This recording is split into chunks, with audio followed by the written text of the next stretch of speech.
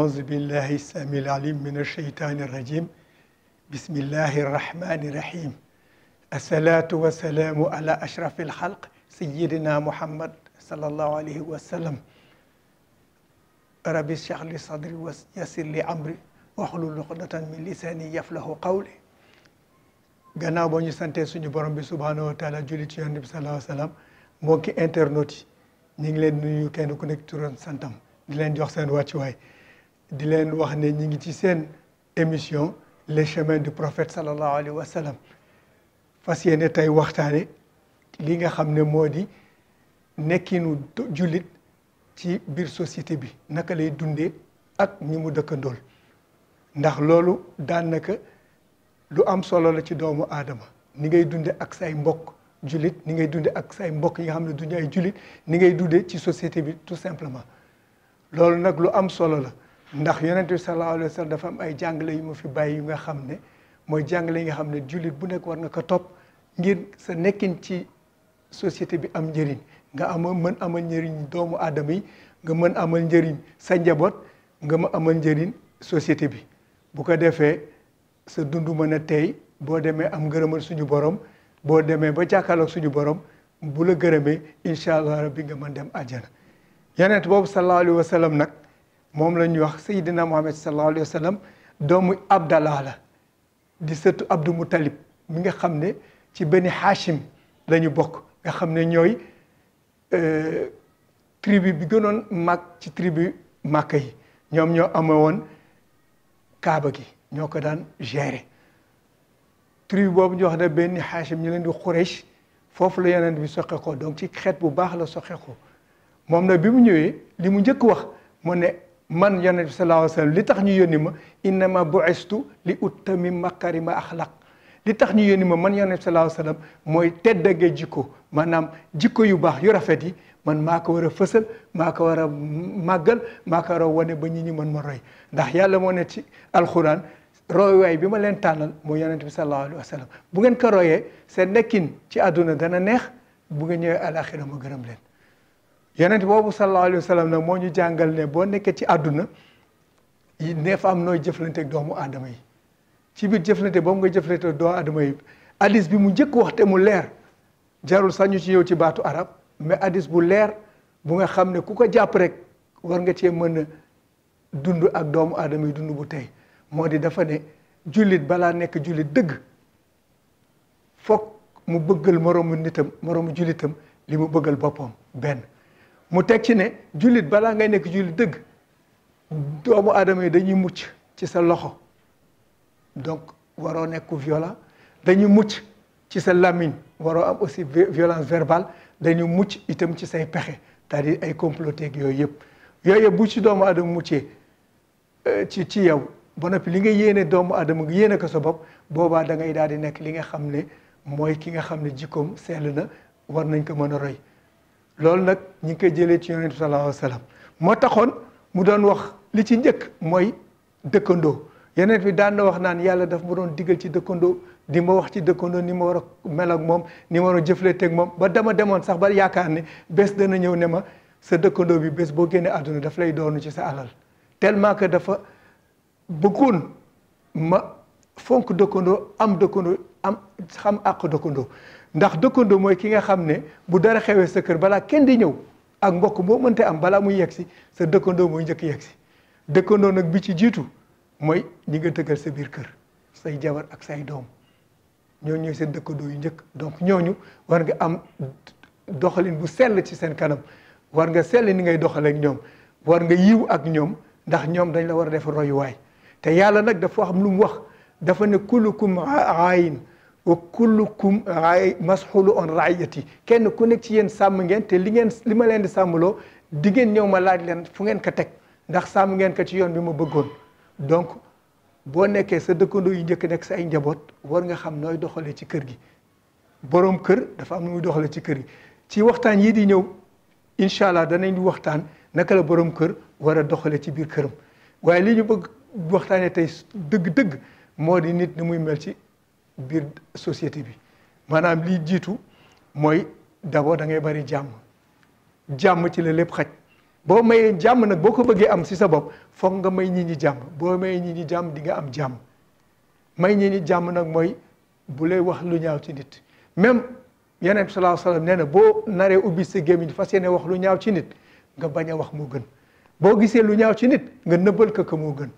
ndax nit amul lu dul sutura ndax yow sa bopp boo gëstoo sa bopp rek am na lu ñaaw lu nga xam ne yaa ngi koy nëbb boobu kenn xam ko kon bul xawi sutura kenn bu fekkee nekk nga nit ku dul sawir sutura kenn bu boobaa di nga nekk nit ku nga xam ne di nga am jàmm ak ñëpp beneen bi ci des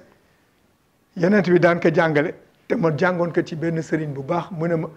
lépp lu nit ñi am bàyyi ko ak ñoom te yow loo am bokk ko ak ñoom loolu boo koy def jikko sang la ngay amee bu ko defee nit ñi dañ lay sopp bëgg la parce que dañ naan kii ne may na leen jàmm benn waaye li mu am mi ngi koy bokk ak ñun te xëccewul ak ñun dara kon nag loolu da ngay am jikko yooyu noonu boo ko melee ci askan wi nit ñi dañ lay sopp dañ lay bëgg da ngay daal di nekk royuwaay bu ko defee foo nekk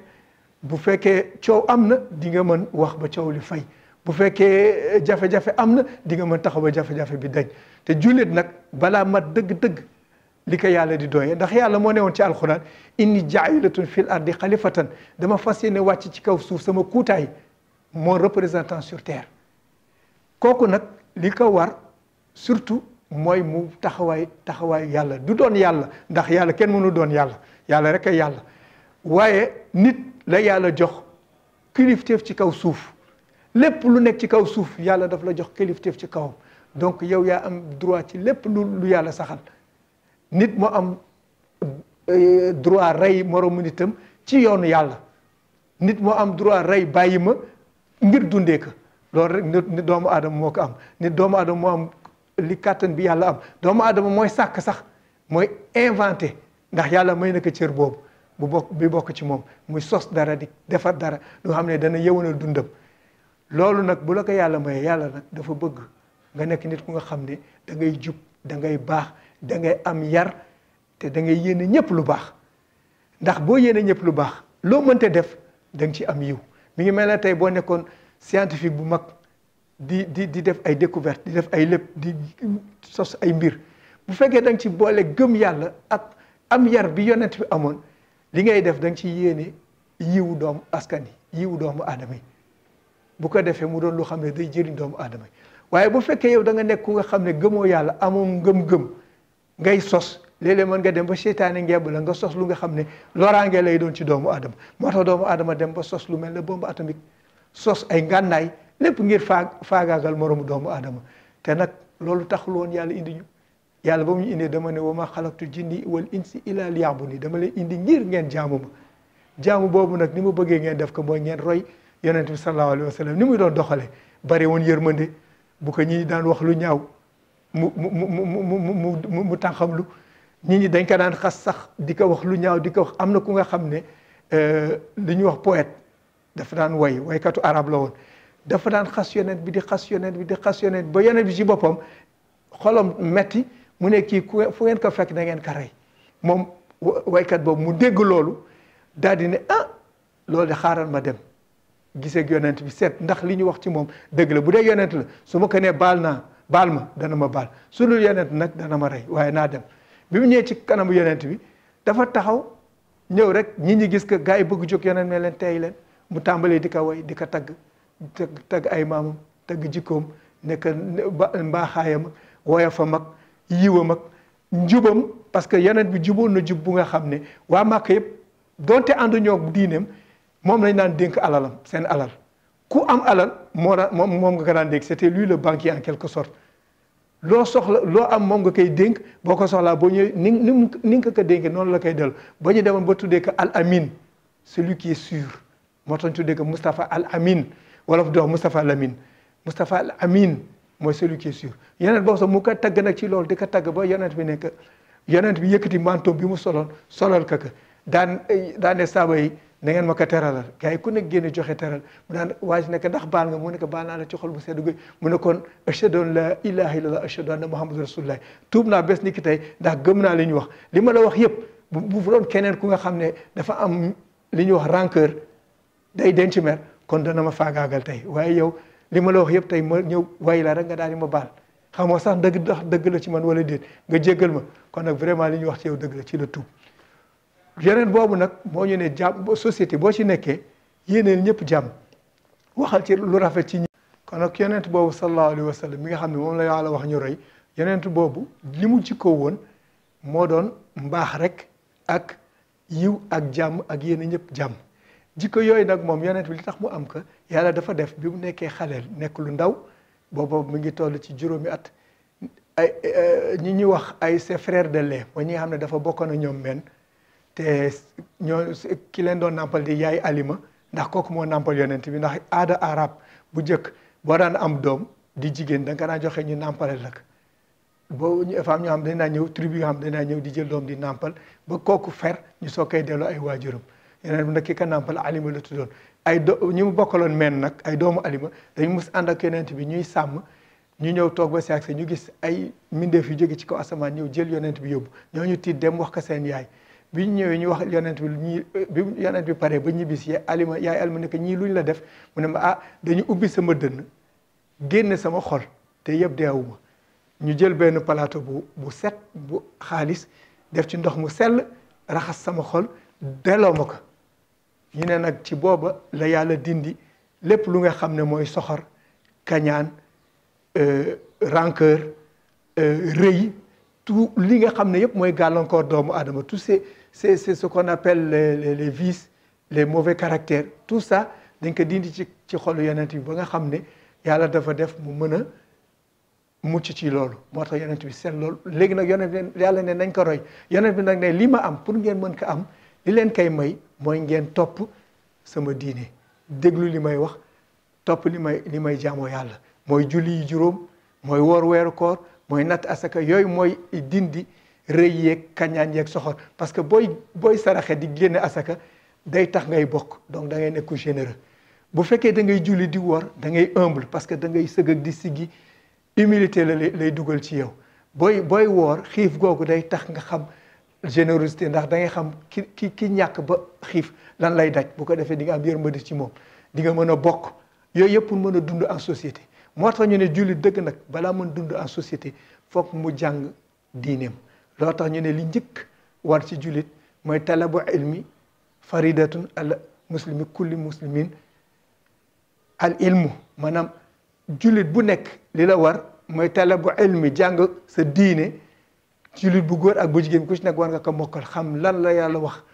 li nga war a def ak lan moo tax yàlla wàcce la ci kaw suuf ndax ñëw ci kaw suuf rek pour fo ñëwuñu ci kaw suuf pour dund nii rek comme ay bàyyi ma dafa am lu tax ñu ñëw ci kaw suuf loolu dañ ko war a yemal ci boo demee ci téere bi ñu wax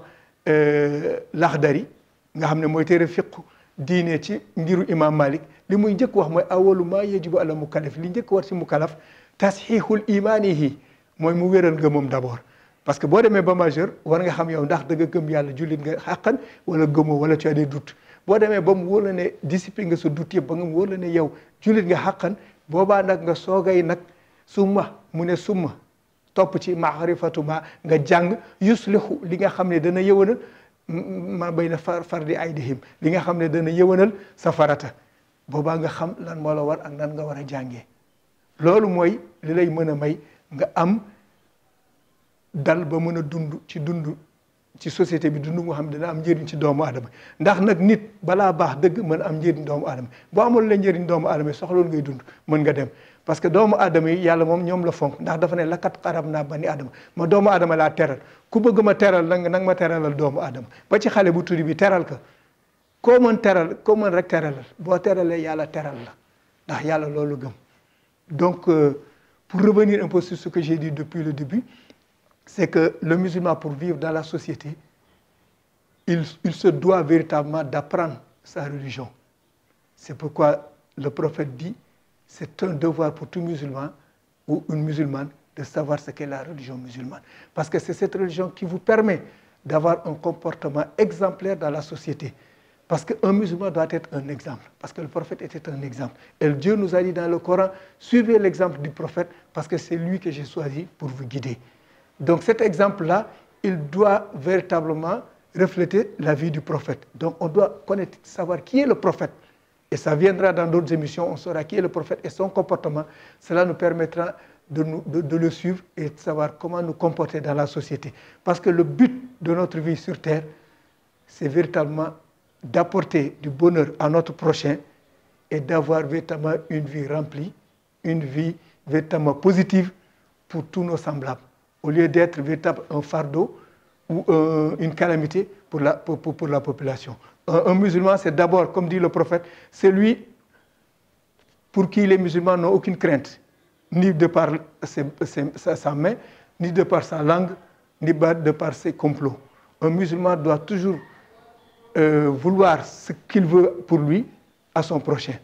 Parce que c'est ça un véritable musulman. Il faut avoir un comportement exemplaire, servir d'exemple pour amener l'être humain à la félicité. La félicité, c'est tout simplement la reconnaissance divine. Une fois qu'on a la reconnaissance divine, on peut dire qu'on a réussi sa mission. Et Dieu avait dit dans le Coran, je veux amener sur terre mon lieutenant, celui qui va me représenter sur terre. Et j'ai choisi l'homme. L'homme est fait d'argile et d'eau. Alors que, par exemple, les anges sont faits de lumière. Les djinns sont faits de feu. Tous ces deux-là pensaient être supérieurs à l'homme. Parce que l'homme, c'est de la boue et de l'eau. Mais c'est à cause du prophète sallallahu alayhi wa sallam que Dieu a choisi l'homme comme élu, comme l'élu de la terre, pour qu'il guide, pour qu'il soit le maître de cette terre-là. Et c'est l'homme qui a la domination sur tout ce qui existe sur terre. Mais malheureusement, dans son comportement, parfois l'homme se rabaisse jusqu'à l'état animal, ce qui véritablement est un véritable frein. Alors, un bon musulman, pour pouvoir avoir un bon comportement, donc doit apprendre sa religion. Et on dit, le majeur, quand tu es majeur, la première chose à faire, c'est de dissiper tes doutes. Une fois les doutes dissipés, il faut maintenant apprendre ce que c'est que ta religion et savoir comment te comporter dans la société. Le prophète a donné l'exemple, le jeûne, la prière, le jeûne, la prière, et tout ce qui est l'aumône, c'est des trucs qui aident véritablement à nous départir de tout ce qui est noir dans notre cœur, tout ce qui est mauvais, et ça va nous aider à être positifs et à pouvoir rendre cette positivité à nos semblables. Donc, pour aujourd'hui, on va s'en arrêter là. On vous remercie véritablement de votre attention et on vous promet véritablement dans cette émission, Le chemin du prophète, de vous véritablement faire connaître qui est le prophète, son comportement, pour que vous, musulmans, vous puissiez prendre exemple sur lui et véritablement être en phase avec votre Créateur. Nous vous remercions.